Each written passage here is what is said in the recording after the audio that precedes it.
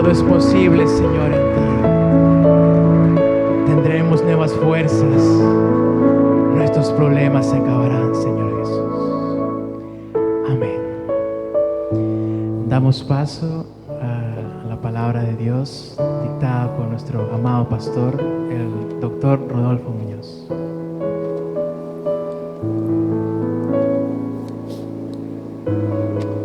Buenas noches, mis hermanos, que el Señor les bendiga. Reciban todos un cordial saludo. Y vamos a orar, amados, vamos a ponernos en comunión con el Señor para que sea Él, por medio de su Espíritu Santo, dirigiéndonos. Bendito Dios, Señor, Padre bueno, estamos aquí, Señor, con un propósito de alabarte y bendecir tu nombre, Señor. Hemos venido a reverenciarte, Señor, y a darte a ti todo honor y toda gloria, toda majestad, Señor. Tú, el que vives por los siglos de los siglos, Señor. A ti sea el honor, Señor. Te bendecimos, Señor. Te glorificamos y te exaltamos, Señor, porque tú eres digno de toda alabanza. Venimos delante de ti sabiendo que tú eres Dios bueno, que tú eres Dios misericordioso, Señor. Rogamos en el nombre de Jesús, Señor, que seas propicio a la necesidad de cada uno de nosotros. Te ruego, Señor, que hables a nuestras vidas en esta noche, que nadie regrese como entró, que todos salgamos enteramente renovados en el conocimiento de tu palabra. Señor, en el nombre de Jesús, te damos gracias. Amén. Y abran sus Biblias, mis amados hermanos, en el libro de Nehemías, en el capítulo 1 de Nehemías.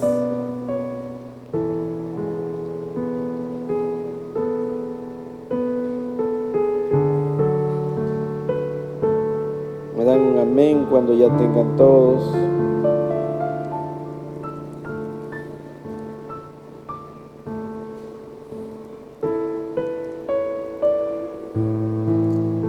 Nehemías.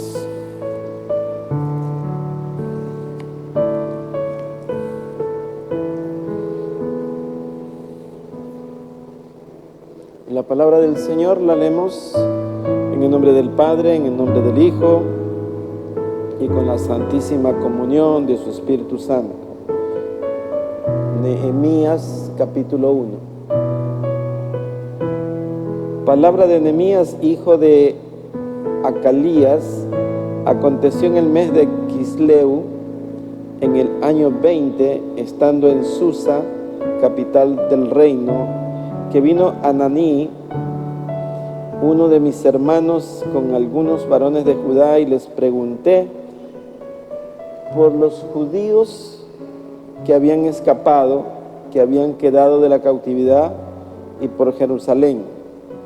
Y me dijeron: el remanente, los que quedaron de la cautividad allí en la provincia, están en gran mal y afrenta, y el muro de Jerusalén derribado y sus puertas quemadas a fuego. Cuando oí estas palabras me senté y lloré e hice duelo por algunos días, y ayuné y oré delante de Dios, del Dios de los cielos, y dije: te ruego, oh Dios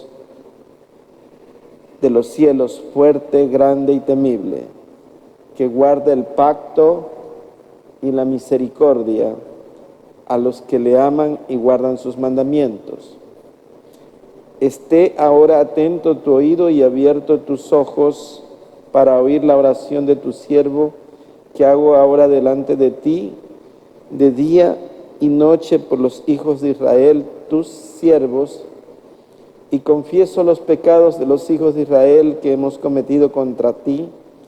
Sí, yo y la casa de mi padre hemos pecado. En extremo nos hemos corrompido contra ti, y no hemos guardado los mandamientos, estatutos y preceptos que disteis a Moisés tu siervo. Acuérdate ahora de la palabra que diste a Moisés tu siervo, diciendo: si vosotros pecareis, yo os dispersaré por los pueblos.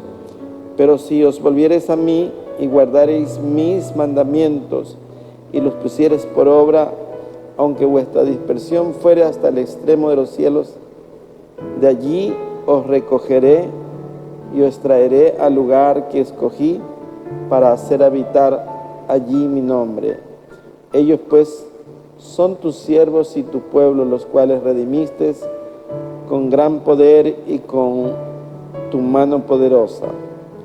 Te ruego, oh Jehová, esté ahora tu oído a la oración de tu siervo y a la oración de tus siervos, quienes desean reverenciar tu nombre. Concede ahora buen éxito a tu siervo y dale gracia delante de aquel varón, porque yo servía de copero al rey. Amén. Pueden sentarse, hermanos.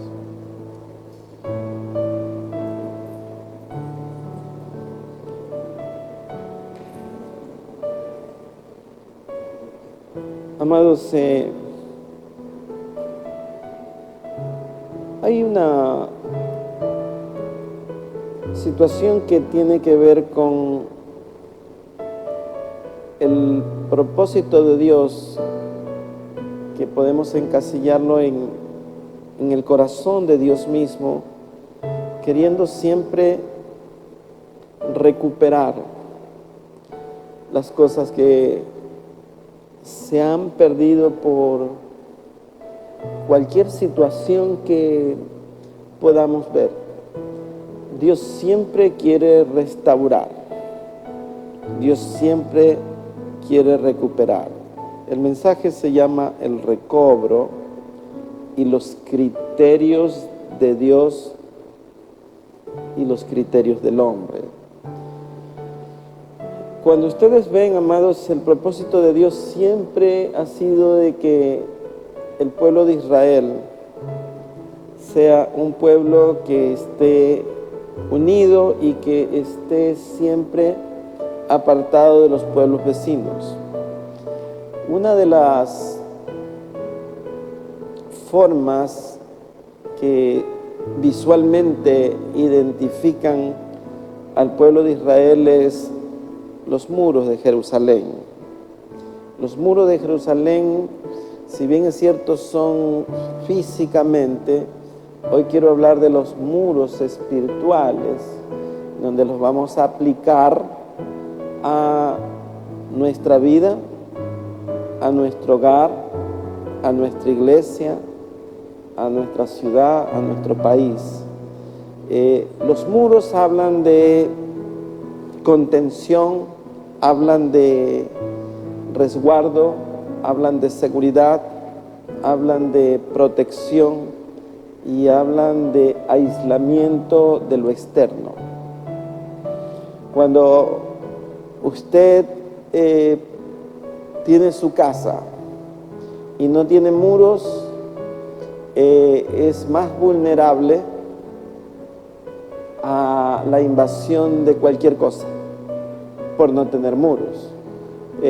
Tradicionalmente las casas tienen muros. Hoy pues vemos que hay ciudadelas rodeadas por muros, pero eso tiene una razón, que es protección.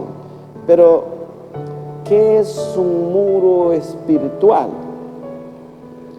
¿Qué es lo que verdaderamente significa esto, amados? Porque aquí Nehemías está llorando porque los muros de Jerusalén estaban derribados y las puertas habían sido quemadas. Esto nos hace ver, amados, que no solamente estaban ellos abiertos, vulnerables a la entrada de cualquier agente o enemigo en cuanto a los muros, sino que las puertas también estaban quemadas. Entonces no había ninguna seguridad. Cuando vemos esto y lo aplicamos a nuestro hogar, por ejemplo, ¿cómo nos sentiríamos? ¿Cuál sería nuestra realidad física y nuestra realidad espiritual? Usted vea, amados, por ejemplo, vivimos tiempos de gran violencia, ¿verdad? Hay violencia por todos lados. ¿Y qué le parece tener a usted su puerta derribada, destruida y sin muros? Entonces usted no podría dormir tranquilo. Tendría una zozobra y una inseguridad. Ahora, estamos hablando de paredes físicas, pero en lo espiritual, porque si usted ve, la Biblia dice que no tenemos lucha contra carne ni sangre, sino contra potestades, contra huestes, contra gobernadores que están en las regiones celestes, dice. O sea, el enemigo puede entrar y salir en su vida, en su casa, en su hogar, en su trabajo, en su iglesia, si no hay muros espirituales. Y aquí estaba una situación que era física. El pueblo de Israel había sido llevado a Susa, a cientos de kilómetros de Israel, habían sido esclavizados, y era una cuestión que era un castigo de Dios a causa de que ellos se habían apartado de Él. ¿Qué significa no tener muros? Significa confusión, falta de orden, y significa que no hay ningún plan ni propósito, porque si una persona está viendo que se le está cayendo la puerta, pues al otro día compra madera o ve qué hace, pero cubre el defecto, el hoyo que haya, ¿verdad? Si una persona ve que la pared se le ha caído, no se va a quedar ahí, va y consigue bloques, arena, cemento, y si no tiene dinero para pagar un albañil, él mismo hace albañil y pone ahí su barricada y defiende. Eso en lo físico, en lo espiritual, también debe de ser una realidad, pero lo espiritual, amados, tiene que ver con Dios. Y es Dios el que motiva el corazón de los hombres para que hagan una u otra cosa. Porque en lo físico usted puede poner paredes, puede poner hierro, puede blindar la casa. Pero en lo espiritual, si Dios no motiva a alguien, imagínense, ya habían pasado 70 años y Nehemías estaba preocupado por sus coterráneos, por sus paisanos que estaban en Jerusalén, y pregunta: ¿cómo están los que escaparon? ¿Cómo está el pueblo? Y le dicen: no, todo está derribado, las puertas están quemadas, los muros están caídos. Y él toma esa carga. Tomar la carga espiritual es algo que lo motiva a Dios mismo. Por eso se llama el recobro, porque Dios, el plan de Dios es reunirse siempre con su pueblo, con sus hijos, y ese es el punto. Ahora ustedes vean, amado, en el libro de Éxodos, si vamos al libro de Éxodo 19 por un ratito, en el capítulo 4, sin perder la cita que tenemos, Éxodo 19, en el verso 4 dice, Dios le habla a Israel y le dice: vosotros visteis lo que hice a los egipcios, y cómo os tomé sobre alas de águila y os he traído a mí. Ahora pues, escuche bien esto: si diereis oído a mi voz y guardareis mi pacto, vosotros seréis mi especial tesoro sobre todos los pueblos, porque mía es toda la tierra. Y vosotros me seréis un reino de sacerdotes y gente santa. Estas son las palabras que dirás a los hijos de Israel: usted vea qué es lo que Dios está diciendo. Si pusieres atención a mis palabras, si oyeres, hay otras versiones que dicen, si oyeres diligentemente, ustedes me serán mi pueblo y un pueblo especial, mi especial tesoro, un pueblo de sacerdotes. Amados, un reino, por decir cualquiera que sea, se compone de un pueblo, ¿verdad? Digamos que el reino de Inglaterra son todos ingleses. Pero el reino de Dios está compuesto por los hijos de Dios. Entonces somos un pueblo especial. Ya no somos como el mundo. ¿Por qué, amados? Porque a pesar de que tenemos defectos, a pesar de que seguimos siendo mentirosos, ya somos hijos de Dios por haber recibido a Cristo. Entonces, ya pertenecemos al pueblo de Dios, y al pertenecer al pueblo de Dios dice, me seréis un pueblo de sacerdotes. Entonces, el reino de Dios está compuesto por sacerdotes, todos somos sacerdotes, así nos ve Dios.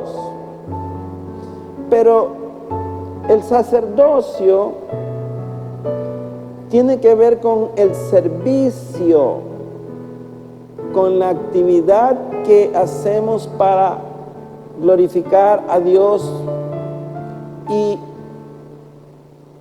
cuando se pierde la función de cualquier cargo que tengamos, el cargo queda libre, queda solo, y se pierde lo que Dios trató desde el comienzo de hacer. Todos tenemos ese sacerdocio, amado. Lo que pasa es que a veces muchos están equivocados y creen que el sacerdote es el único que está acá adelante. Pero todos somos sacerdotes.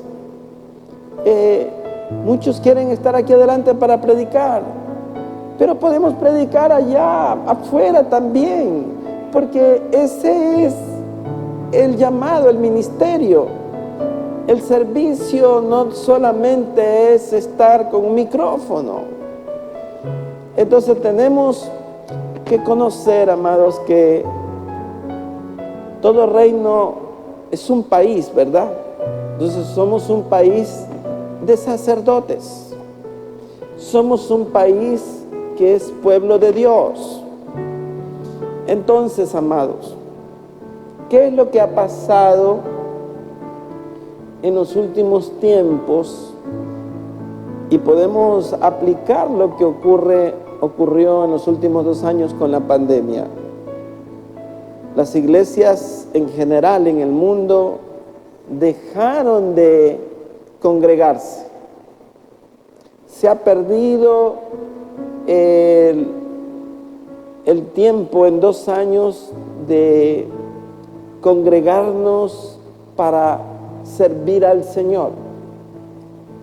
No lo hemos hecho como lo hacíamos antes. Y eso ha permitido que el enemigo pueda aprovecharse para que el corazón de muchos de nosotros se enfríe. Y hemos dejado de cumplir nuestro rol sacerdotal también. Entonces, lo que pasaba en Israel era algo similar también. Ellos se habían olvidado del llamado que tenían, del sacerdocio que tenían, y la ruptura de los muros era la forma gráfica que Dios les estaba mostrando para decirle, así están ustedes espiritualmente. Dios les estaba diciendo, mira, tus muros espirituales se han caído, tus puertas espirituales se han caído, porque ya nadie estaba haciendo lo que regularmente hacían. Ya no se congregaban, ya no había el templo del Señor. Estaba todo espiritualmente perdido, y esa era una situación, amados, que llevaba 70 años.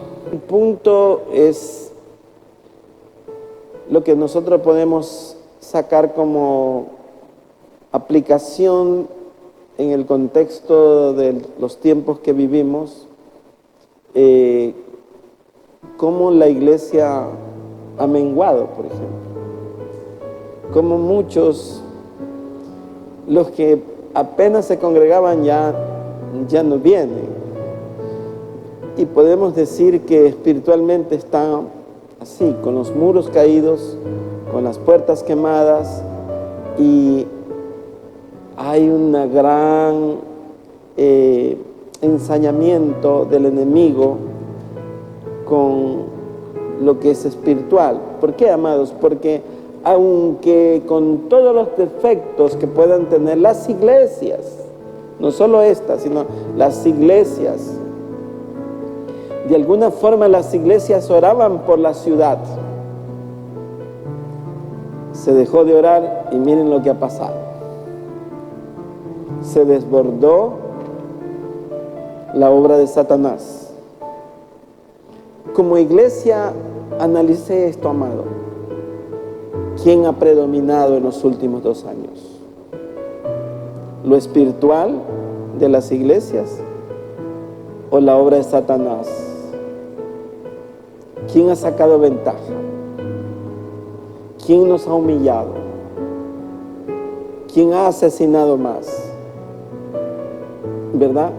Y ha asesinado con saña, con alevosía, con premeditación. Ha pisoteado sangre. Y la iglesia, amados, ha perdido su norte espiritual, vida espiritual que deberíamos tener.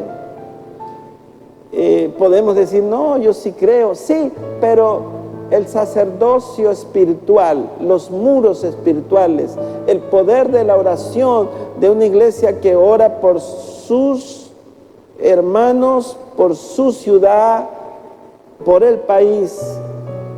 Imagínense esto multiplicado a nivel nacional. Y usted vea lo que ha ocurrido. O sea, si lo vemos así, tenemos un gravísimo problema espiritual a todo nivel. Y lo que es peor, amados, dentro de la misma iglesia, problemas de falta de unidad en lo espiritual.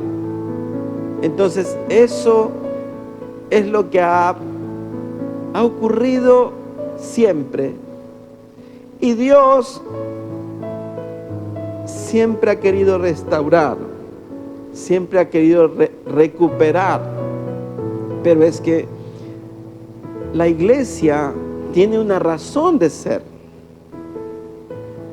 Si la iglesia no se congrega, no hay servicio al Señor. La Biblia dice, sacrificarás alabanzas, te presentarás delante de mí, traerás de lo que yo te haya prosperado delante de mí, y no vendrás con las manos vacías. Entonces, a la par, paralelo a eso, hay un empobrecimiento financiero. Se siente en la iglesia está con unas finanzas que si hay para pagar una cosa, no hay para otra, y tenemos que esperar para ir cubriendo, tapando huecos. Y podemos decir que la iglesia también es el termómetro financiero de cada uno de nosotros. Porque cuando decimos no tengo, el problema se hace peor. Porque no da el que tiene, sino el que quiere. Porque si usted ve la historia de la iglesia primitiva, la Biblia nos manda a sacrificar. Y sacrificar significa, bueno, no me voy a comprar esto y voy a hacer esto de acá. Voy a poner esto de aquí. Entonces, cuando no hay servicio, no hay orden espiritual, no se recibe la palabra de Dios. Y cuando no recibimos la palabra de Dios, entonces nos desordenamos. Cuando los muros están rotos, caídos, entonces el mundo nos inunda. Y eso genera corrupción dentro de nosotros mismos. Lo vamos a ver más adelante en los capítulos que vienen, pero esa es una síntesis de lo que ocurre espiritualmente, porque de tiempo en tiempo el enemigo empieza a trabajar para destruir el orden espiritual que la iglesia debe tener. Eso trae gravísimas consecuencias, no solo a la iglesia, amados, sino a las generaciones que están viniendo, porque se ha perdido la estructura. Usted vea, pregúntese esto: ¿hemos crecido? ¿Hemos crecido? No. Hemos menguado más bien. Somos menos. Venimos menos. ¿Y por qué, amados? Cuando la Biblia dice en el libro de Hebreos, no dejemos de congregarnos como algunos tienen por costumbre, cuanto más que vemos que el día se acerca. Entonces, el punto tiene que ver con lo que Dios está hablando a nosotros para recuperar el orden espiritual. Nehemías de inmediato se dio cuenta, después de que le dijeron lo que estaba pasando, él se puso a orar. Lo primero que hizo fue orar y clamó al Dios de los cielos. Lo primero que hizo fue eso, amados. Quiero que vayamos al capítulo 13 de Nehemías para que vean ustedes lo que había pasado. Porque como eran 70 años que no había predicación, entonces dice, aquel día, estamos en Nehemías 13 por si acaso. Aquel día se leyó en el libro de Moisés, oyéndolo el pueblo, y fue hallado escrito en él que los amonitas y moabitas no debían entrar jamás a la congregación de Dios, por cuanto no salieron a recibir a los hijos de Israel con pan y agua, sino que dieron dinero a Balaam para que los maldijera, mas nuestro Dios volvió la maldición en bendición.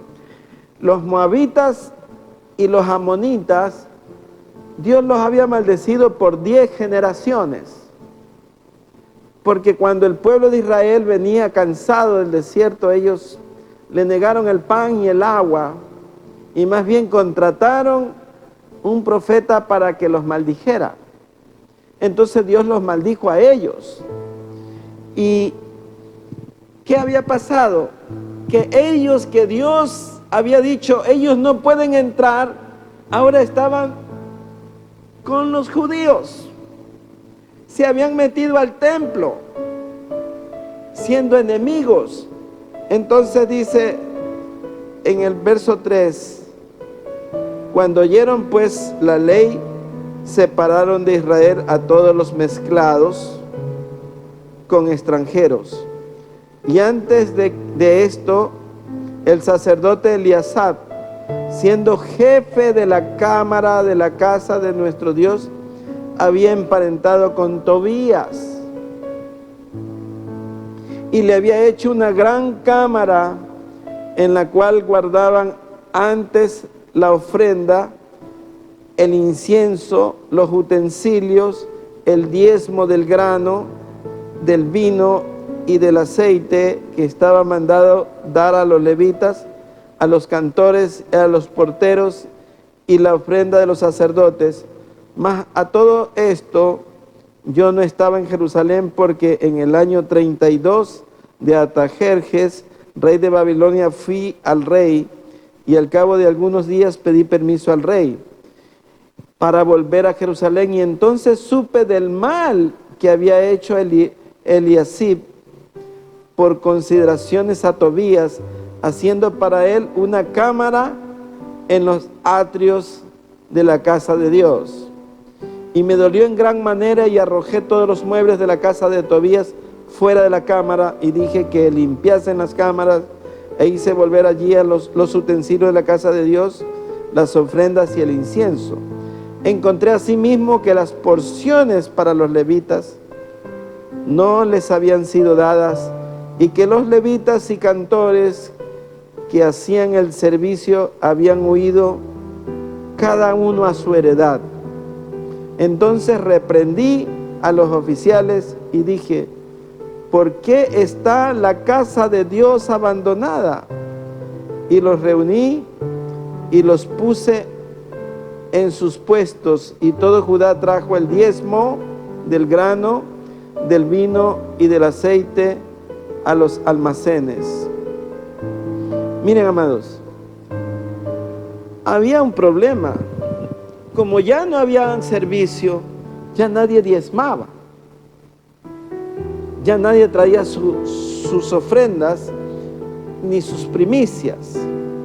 Entonces los sacerdotes que vivían, que eran los levitas, que vivían de las ofrendas, ya tenían que sobrevivir y tenían que ir a trabajar en oficios seculares, no espirituales, para poder sobrevivir. Entonces, cuando el sacerdote abandona la casa de Dios para sobrevivir, ya no puede dedicarse al servicio del Señor.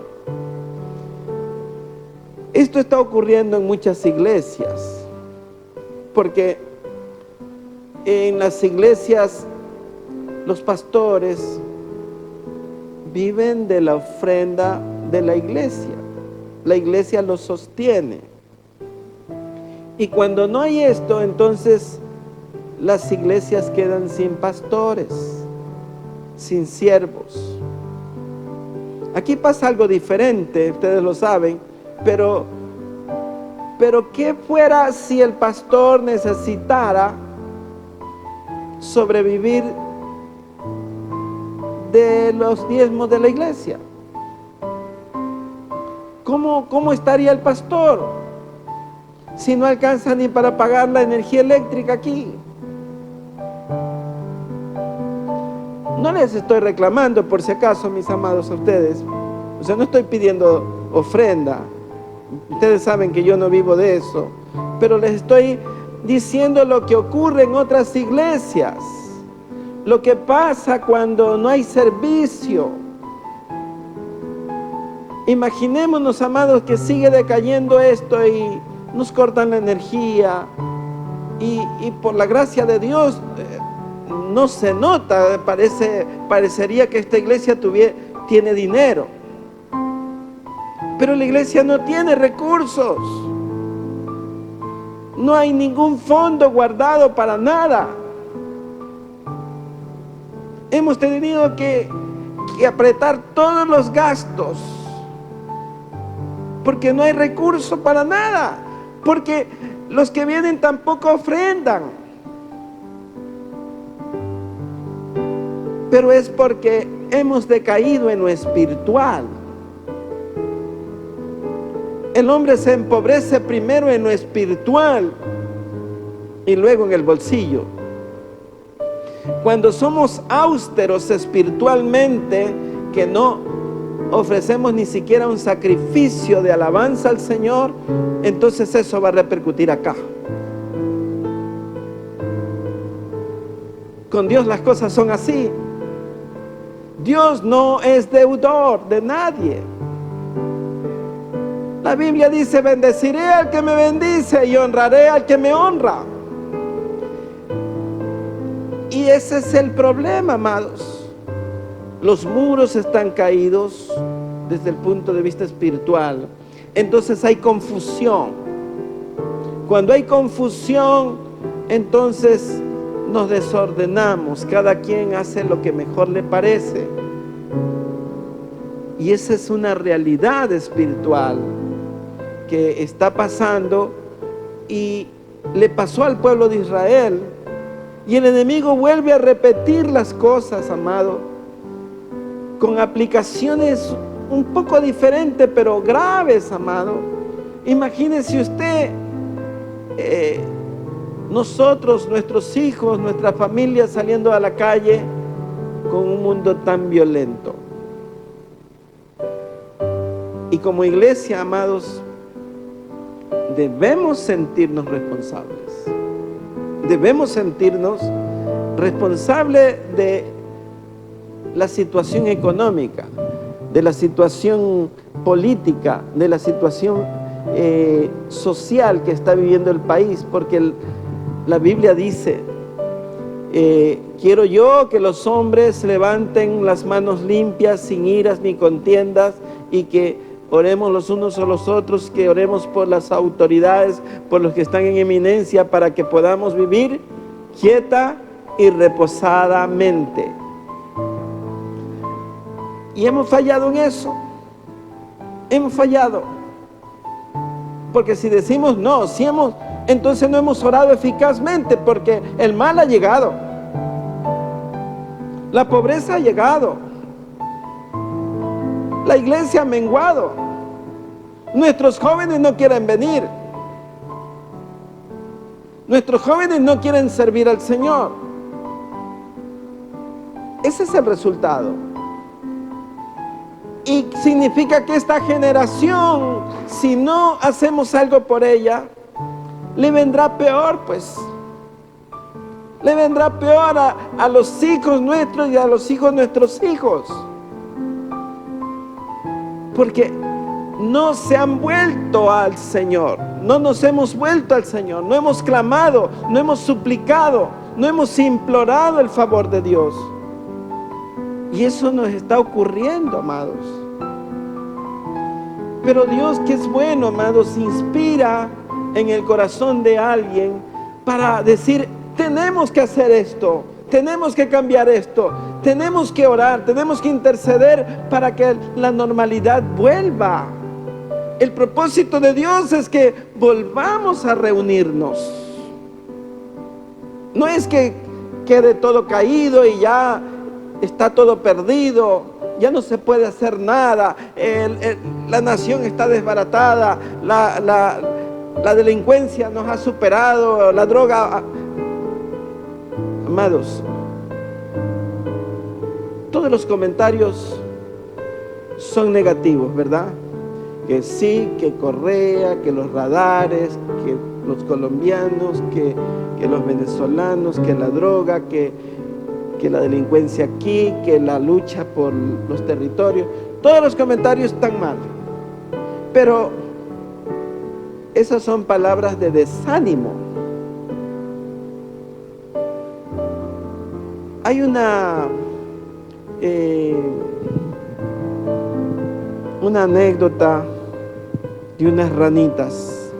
Dice que estas ranitas estaban en el bosque, que saltaban, y de repente había un barranco profundo y cayeron 2 ranas. Se fueron. Y era tan profunda el hueco donde cayeron, que las ranas que estaban arriba le decían: no van a poder salir. Pero las ranas saltaban con mucha fuerza para salir y saltaban y saltaban. Pero las otras le decían, ya ríndanse porque no van a poder salir, es demasiado profundo donde han caído ustedes. Entonces una de las ranas que saltaba con fuerza escuchó, y al ver el comentario que le decían, dijo, es verdad. Y de inmediato se desfalleció y murió. Pero la otra rana seguía saltando, seguía saltando, seguía saltando, y veía que las otras ranas le decían, ya despídete también tú porque no vas a poder salir nunca. Pero ella no, ella seguía saltando, hasta que de un salto logró salir. Y las ranas se quedaron asombradas y le dijeron, qué bueno que saliste. Dice, perdónanos que nosotros pensábamos que nunca ibas a salir. Y la rana le dice, es que era lo que me estaban diciendo, porque el golpe que me di al caer me dejó medio sorda y no escuchaba lo que ustedes me decían. Pero gracias por el aliento que yo veía que ustedes me daban. Entonces, cuando uno escucha el comentario negativo, tiene que hacer oídos sordos. Realmente la anécdota es de que nosotros debemos, aunque nos digan que estás en lo más bajo, vamos a salir. Si nos proponemos, amados, porque Dios está con nosotros. Dios quiere que su pueblo vuelva a congregarse con la misma pasión. Porque esa es otra, amado. Venimos con un desgano que se nota, se ve. Hay un deterioro en nuestra relación con Dios y entre los hermanos mismos, como estamos de pandemia, de lejitos nomás, estamos tan alejados y eso nos está haciendo más daño, amados. Tenemos que ver que nuestros muros se han caído, amados, y tenemos que levantarlos. Tenemos que restaurar las puertas espirituales. Tenemos que hacer todo lo posible para que con la ayuda de Dios nosotros salgamos adelante, amados. Ya se repondrán las otras iglesias también, porque Dios está motivando a recuperar todo, amados. No podemos quedarnos así pensando que, bueno, ya todo va a cambiar, porque se habla de un nuevo orden en que sí, que ya nos van a marcar, que, hermanos, es verdad que en algún momento eso sucederá, pero yo creo, amados, que si bien es cierto vivimos tiempos finales, tampoco estamos en Apocalipsis, tampoco estamos pasando por el rapto ya. Estamos viendo que la maldad está incrementándose, pero mientras nosotros nos mantengamos unidos, constantes en nuestro oficio sacerdotal, entonces otros también vendrán y los muros serán fortalecidos. Aquí uno que el sacerdote había permitido que entre, que era Tobías. Ustedes saben quién era Tobías y Sanbalat. Ellos hacían escarnio cuando estaban reconstruyéndose los muros. Le decían, si una zorra viene, te los va a tumbar. Tobías era un enemigo del pueblo de Dios y él estaba en las cámaras del templo. Entonces tenemos que darnos cuenta, amados, que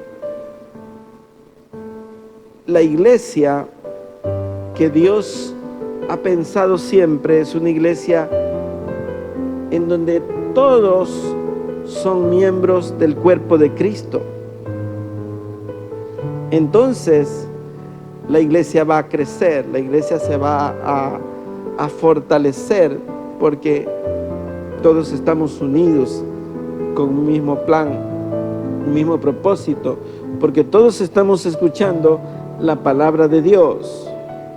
El problema es cuando dejamos de recibir la palabra de Dios, entonces nos debilitamos, nos desordenamos y ya no hay el orden que Dios quiere que la iglesia tenga. Dice aquí, amados, en el capítulo 13, dice en el verso 14, dice: acuérdate de mí, oh Dios, en orden a esto, y no borres mis misericordias que hice en la casa de mi Dios y en su servicio. En aquellos días vi en Judá a algunos que pisaban en lagares en el día de reposo y que acarreaban haces y cargaban asnos con vino y también de uvas, de higos y toda suerte de carga, y que traían a Jerusalén en el día de reposo, y los amonesté acerca del día en que venían las provisiones. Eso es claro, amados, cuando nosotros decimos que tengo que trabajar, tengo que duplicar mi trabajo y nos ausentamos de la casa de Dios. Eso, en vez de traernos mayor recurso, nos empobrece. El día de Dios es del Señor, porque Dios así lo determinó, amados. 6 días trabajarás y al 7º me servirás. Eso es lo que Dios establece, amado. Y nosotros no sabemos más que Dios. Pero cuando queremos cambiar las cosas, entonces viene la debacle, porque dejamos el servicio espiritual. Dice aquí en el verso 16: también había en la ciudad tirios que traían pescado y toda mercadería y vendían en el día de reposo a los hijos de Judá en Jerusalén. Y reprendí a los señores de Judá y les dije: qué mala cosa es que esta que vosotros habéis profanado así el día de reposo. ¿No hicieron así vuestros padres, y trajo nuestro Dios todo este mal sobre nosotros y sobre esta ciudad? Y vosotros añadís ira sobre Israel, profanando el día de reposo. Sucedió pues que cuando iba oscureciendo a las puertas de Jerusalén antes del día de reposo, dije que se cerrasen las puertas, y ordené que no se abriese hasta después del día de reposo, y puse a las puertas algunos de mis criados para que en día de reposo no introdujeran carga. Y se quedaron fuera de Jerusalén 1 y 2 veces los negociantes y los que vendían toda especie de mercadería. Y les amonesté y les dije: ¿por qué os quedáis vosotros delante del muro? Si lo hacéis otra vez, os echaré mano. Desde entonces no vinieron en el día de reposo. Y ustedes vean, amados, Nehemías empezó a poner orden en las cosas de la casa de Dios. Dice que a los coterráneos que se habían casado con las moabitas y las amonitas, los cogió de los pelos y les arrancó los pelos y los echó, porque Dios tenía prohibido que se uniesen con las tribus vecinas. Entonces, era tanto el problema que los niños, hijos de los judíos con las amonitas, ya no hablaban el hebreo, sino que hablaban el idioma de los otros, porque sus madres le enseñaban el otro idioma. Entonces eran hebreos hablando un idioma distinto. Y es lo que pasa, amados, cuando nos mezclamos en yugo desigual. Eso trae consecuencias, amados, trae consecuencias. Amados, vamos a dejar ahí el estudio porque es bastante largo, pero seguiremos con él. Espero que el domingo les pueda hablar un poco más de esto. Y el mensaje es el recobro, y los criterios de Dios no cambian, siempre van a ser iguales. La palabra de Dios no cambia, siempre es la misma. Amén. Vamos a orar, amados. Bendito Señor, Padre bueno, te damos gracias por tu amor, por tu misericordia, por tu bondad eterna, Señor. Gracias porque tu Espíritu nos dirige, Señor, y tu palabra es viva y eficaz. Señor, te rogamos en el nombre de Jesús que seas propicio, Señor, y que perdones, Señor, si hemos dejado que nuestras puertas caigan y nuestros muros espirituales sean derribados. Queremos, Señor, volver a edificar, Señor. Con la ayuda tuya, Señor, volveremos a tener la iglesia, Señor Padre, llena de personas que vengan a reverenciar tu nombre y a servirte, Señor, como tú eres digno. Te damos gracias en el nombre de Jesús. Amén.